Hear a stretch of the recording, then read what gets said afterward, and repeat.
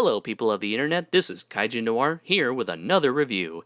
As I stated in my last video, Godzilla's return to the silver screen inspired a certain someone to have his very own kaiju film made for him.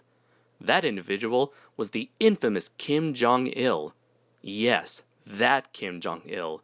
The heartless former dictator of North Korea. Now I know what you're thinking. Surely you can't be serious about this North Korean Godzilla. Well, I'm here to tell you that I am serious. And don't call me Shirley. He wanted his monster movie to be made so bad that he ended up having Shin Sang-ok and Choi Eun-hee, a former husband and wife duo that were well-known filmmakers in South Korea, kidnapped so that they could be forced to remarry and make movies for him. From 1983 to 1986, they produced 7 films, one of them being the subject of today's review. Eventually, they were lucky enough to escape to a US embassy during a film festival in Vienna, and were quickly transported to safety. In 1998, Pulgasari became the only film of Shin Sang-ok's to ever be released outside of North Korea. So now we'll finally be taking a look at Kim Jong-il's answer to the Big G. The film takes place in feudal Korea, where the malicious ruler demands that all of the villagers' metal belongings, be it farming tools or cooking pots, be confiscated so that more weapons can be made, even at the cost of the villagers' lives. In one village, Takusei, played by Guan Ri, is a skilled blacksmith and the most respected elder in his community, who rebels against the soldiers and gets put in jail. Despite receiving food from Ami and Anna, his daughter and son, played by Chang Son-hui and Jung-uk Ri, he proceeds to spend his last days creating a mysterious doll using the food and some clay he found in the ground. After his passing, Ami grabs a hold of the doll as her father's lifeless body gets carried out of the dungeon. Later that night, she brings it to life after she accidentally spills her blood on it. She and Anna soon discover that the creature, dubbed Pulgasari, grows in size the more metal it consumes. They eventually convince the villagers to use Pulgasari to their advantage and allow him to grow until he was big enough to drive the soldiers away. Realizing that this would not be enough, they joined forces with other villages in order to stage a grand rebellion against their emperor, with a now giant-sized Pulgasari and their leader and Ami's fiancé, Inde, played by Ham Gi-sop, who I swear to God reminds me of Liu Kang from Mortal Kombat. Out of all of the kaiju films that attempted to capitalize on the success of Godzilla, this movie is perhaps the most unique out of all of them, in part to its period piece setting. The sets, costumes, and props are incredibly vivid and various. At no point did I notice something that looked out of place in this movie. Even if this wasn't an accurate representation of feudal Korea, the filmmakers created an engaging world similar to that of the original Clash of the Titans, in my opinion. Of course, the idea of having a giant monster attack an evil warlord in an Asian medieval setting was certainly not new, as by this time the Daimajin trilogy had already ran its course. However, what sets Daimajin apart from Pulgasari is that he's a dangerous and angry spirit with no sympathy for anyone who crosses his path. Pulgasari, on the other hand, was created by a human to protect other humans, more specifically Ami. Also, by the end, the film is built up as more of a tragedy, but more on that later. The actors all do a great job at enhancing the overall quality of the story. While watching this movie, I could feel the amount of respect and love that the villagers had for Takusei, and the pain and grief that they all shared after his passing. Liu Kang is a straight-up badass who charges into battle headstrong while spitting into the face of death. Ami and Anna are very sympathetic characters who, while not participating in the actual battle itself, provide the audience with the ability to view the war from the sidelines and see how it affects both them and their community. When it comes to the antagonist of the film, they are very one-dimensional, greedy, and selfish, though I do have to give them props for their fancy headwear. While the ruler and his cohorts are the least fleshed-out characters, they do serve their purpose in the overall story.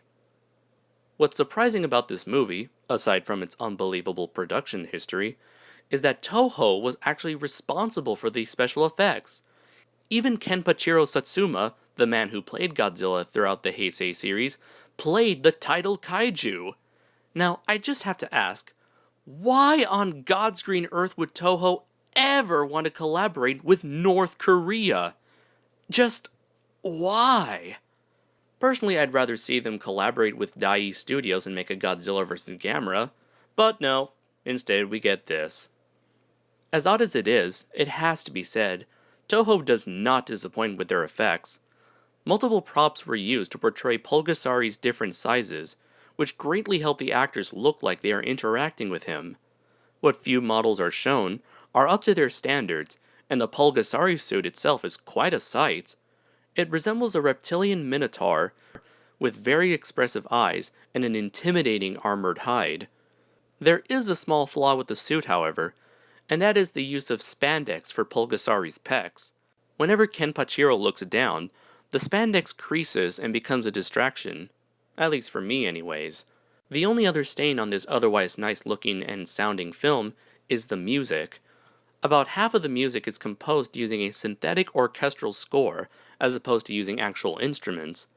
While I found the score to be unbearable at the beginning, it thankfully improves by the time Pulgasari reaches his maximum size. Now here comes the topic I really want to get into, that also sets this film apart from all of the other Godzilla cash-ins, and that is its use of symbolism. Pulgasari is supposedly an anti-capitalist propaganda piece, most likely using the title monster's hunger for metal to reflect America's iron and steel industries, which drove the country to become a world economic power. However, I see this movie as more of an anti-communist film, with Pulgasari representing Kim Il-sung and his hold on the people of North Korea. In a communist society, one does not own what they possess, as everyone must be willing to give up what they have to the government at any time, for the supposed greater good. Most of the time, the money that is siphoned from the people would go towards the government's military, leaving the people with virtually nothing to live on. In the movie, the villagers must give up whatever metal they have in order for Pulgasari to continue protecting them. At first, they would have him eat their enemies' weapons, but once that supply is all used up, they are forced to give up what they used to make a living, or continue living, for Pulgasari's sake. The fact that they are in a worse position than they were before, I think, represents the state North Korea has been in since 1948. The communist northern half of the country was established in order to resist against the Japanese occupation of their country. How ironic.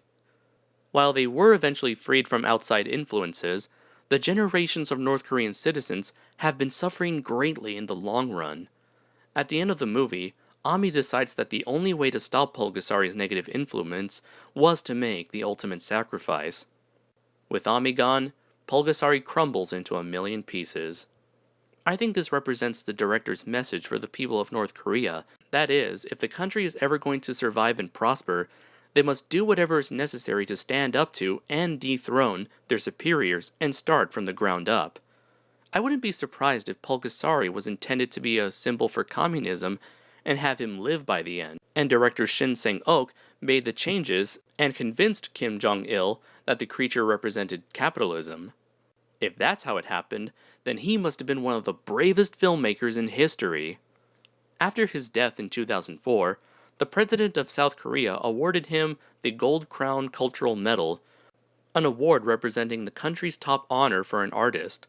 Shin Sang-ok certainly deserved such an award. Pulgasari is certainly a unique beast, both in terms of the movie and its kaiju.